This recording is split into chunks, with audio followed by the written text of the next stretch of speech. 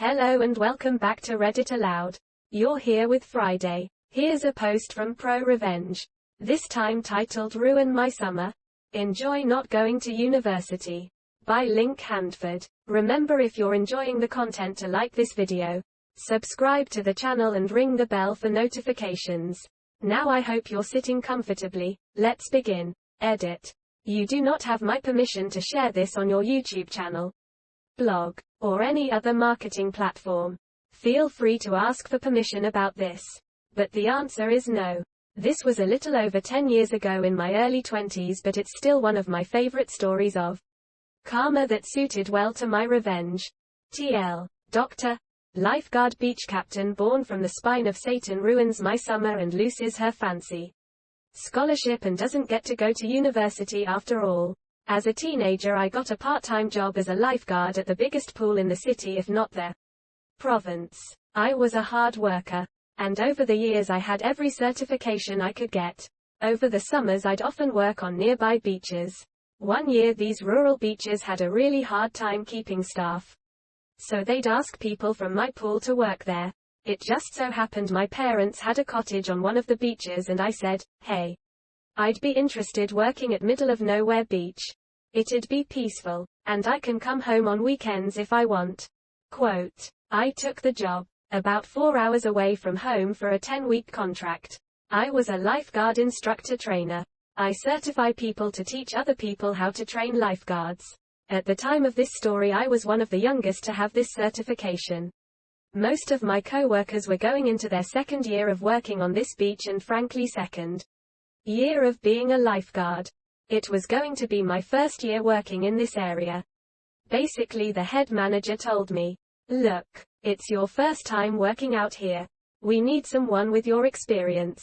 We can't give you beach captain position management on paper, but we are willing to pay you at a beach captain rate plus extra for you certifications.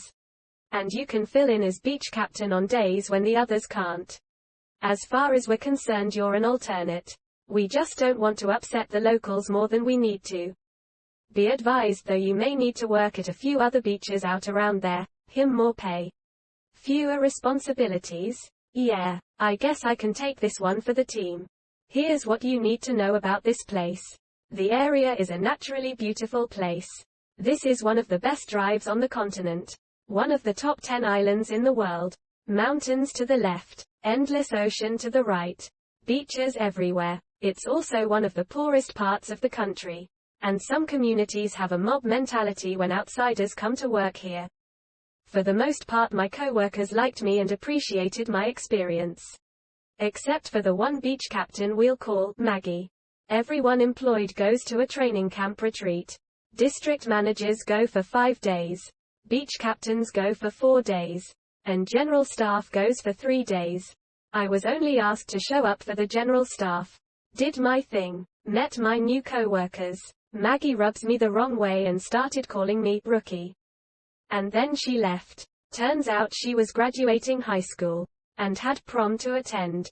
She didn't want to do the rest of the training because of all the after prom parties.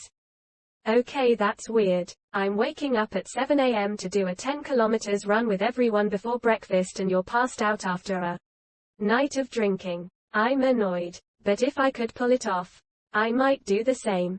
No biggie. How could she pull off getting out of mandatory training, you ask? She's a family legacy. Once upon a time her mom was the beach captain, and now runs the local pool in the middle of nowhere town.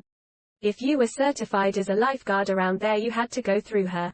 Maggie's sister was the beach captain, then district manager, and recently retired from the service and went to nursing school.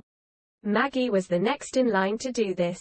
She was going to be awarded a scholarship through the lifeguard service for her school of choice.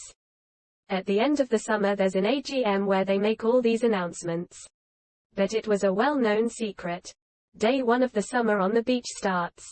We're setting up the beach.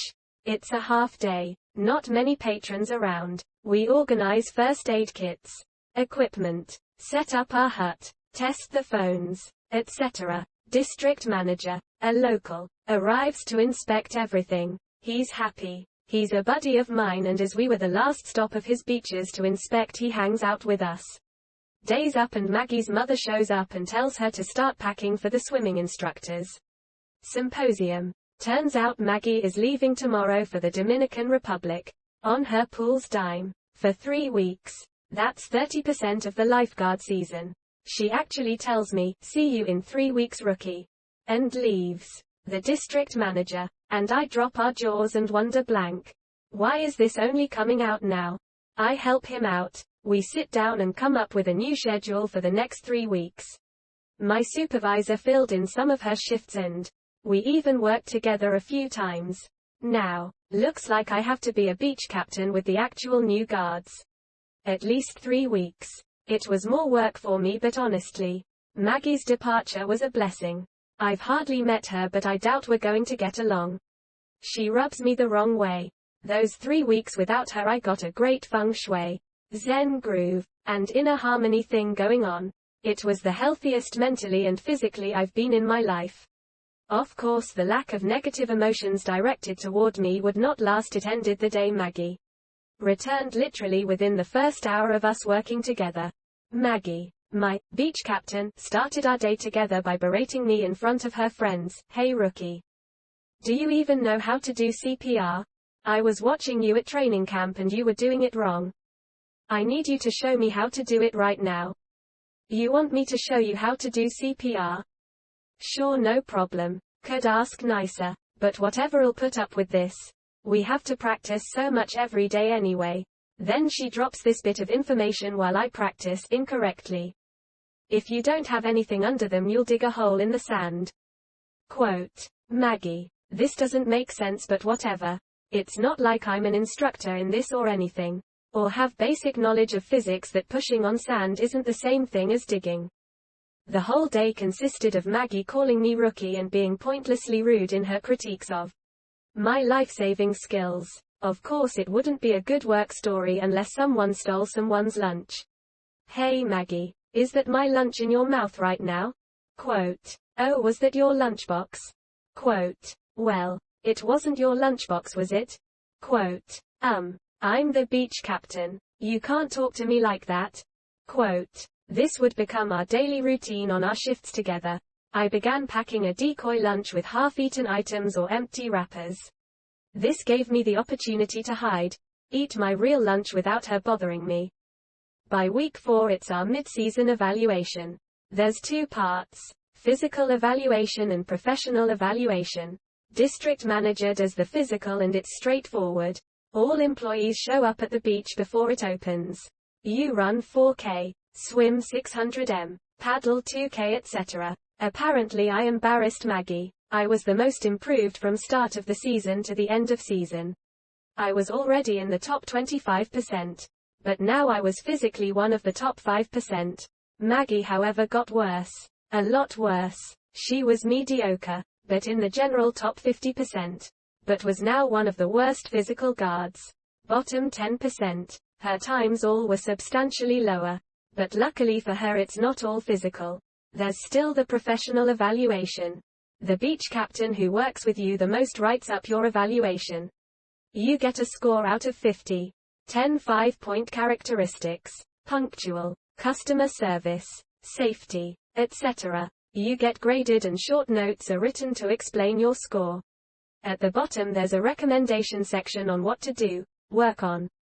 One of the other beach captains who tolerated Maggie wrote her evaluation and it wasn't all bad. Of course, Maggie was the one who wrote my evaluation despite only working with me a few times. I don't got to see it, which is normal, and when it's done she passes it into the boss. Once it's handed in, the district manager pulls Maggie and I aside. He rips it up in front of us and says, "Maggie, this isn't a real evaluation. You gave him all zeros. Your notes are incoherent and in the recommendation section you told him to leave and never come back. This is not acceptable. I've worked with him more than you did. I'm going to write up the mid-season evaluation." Quote. Maggie breaks down in tears. Plays the victim that the outsider is taking her job and she's protecting herself. Manager's not buying it but ultimately goes easier on her. Temper's cool. I get a modest review with things to improve on. Right away I knew this would happen again and I'd need to make notes to defend myself. I have a reputation in the life-saving community I'd like to keep. Things got weirder after this. Aside from umpteen mentions of calling me rookie against my wishes, my notebook was getting filled. Some highlights include: she stole my rooster ketchup with a green top and lathered her hot dog, only to get upset with me. She wrote me up for poisoning her with hot sauce, though really she stole my sriracha. She took her top off in front of me and in full view of kids cause she had to air out the girls. Went on a walking patrol down the beach for 2 hours only to end up hanging out with her friends, drinking on the beach and having a fire. Double no. Called her dealer to deliver joints to her while on guard. Not even discreetly. I taught the junior guards some basic stuff. Once the class is over, she goes up to the parents and tells them I taught all the wrong things and it's actually done, this way, instead. On a particularly bad day, she berated the middle-aged gentleman with Down syndrome whom normally brings treats to her because he didn't bring any treats on this day. Things were cartoonishly blank. Why would someone act this way? Turns out she was also bashing me to the other guards. They'd regularly inform me of stuff like this. Hey, just so you know, Maggie told me you hit someone's car with a hammer. Obviously you didn't, but heads up. She's telling locals about it. What did I get myself into? This is ridiculous. My summer paradise at the most beautiful place on earth is ruined by a succubus leeching off of inner peace. I was at my end. This isn't worth it. I want to go home. I'm belittled by an entitled brat and I don't need this as much as they need me. I'm going to sleep it off. Think with a clear head in the morning. Note: this place is a sleepy beach town. It's heavily wooded and not many cell towers. Reception isn't great. Also, it's a hot summer. I live alone. I hate pants. When I'm home I'm probably blank. And the lock on the door isn't great. It works, but with a bit of effort you can get past it. We basically put an exterior padlock on the door when we're away for extended periods. But hey, no one knows anyone's living here, right? Who's going to come bother me in the middle of nowhere? 5:30 a.m. Bam. Bam. Bam. Huh? What's happening? Single quote. Bam. Bam. Bam. CCCCCRRRREEEEAAAAKKKK. LINKHANDFORD. Ugh. Answer your phone. I've been calling you all night. Ugh, why are you blank? That's gross. You have to work at the beach further away today. I've got an appointment I've had scheduled for months and can't change it. You need to go there or I won't be back in time. Wait, what's going on? Why is she in my house right now? I thought to myself as I startled and jumped up, covering myself with whatever I could find. I raised my temper and got her out of my home as quickly as possible and say to myself, that's it. I'm done. This isn't worth it. I call my district manager. Tell him the rundown of what's been happening lately. Initially he thought I might be embellishing the truth a bit. Because it's all so ridiculous. He tells me if I go to work, there's 2 weeks left in the contract. He'll make sure Maggie and I don't work together anymore as long as I can stick around. Later on I'm begrudgingly working at the further away beach and we get a call. It's the district manager. Linkhandford. I owe you an apology. I thought you were making this stuff up. Maggie just called to report you for being blank and yelling at her. As she explained this, she admitted to walking into your home. What do you want to do about this? Quote. District manager. Which beach captain or alternate has worked with Maggie the most this summer? Quote. Oh, him. Looks like it's you by a fair bit. Is she allowed to do my end of season evaluation? Quote. No. Because of what she did with your mid-season, we've decided that I would do it personally again. Okay, great. Who gets to do hers then? Quote. Well, you can guess where this ended up. As luck would have it, Maggie and I got to work together once more due to someone being sick. The whole time she's telling me, I'm going to make your review so bad. You're going to wish you never came here, rookie. At that point I just smiled with a blank eating grin. The summer may have its last dawn. But this will be the end of you, Maggie.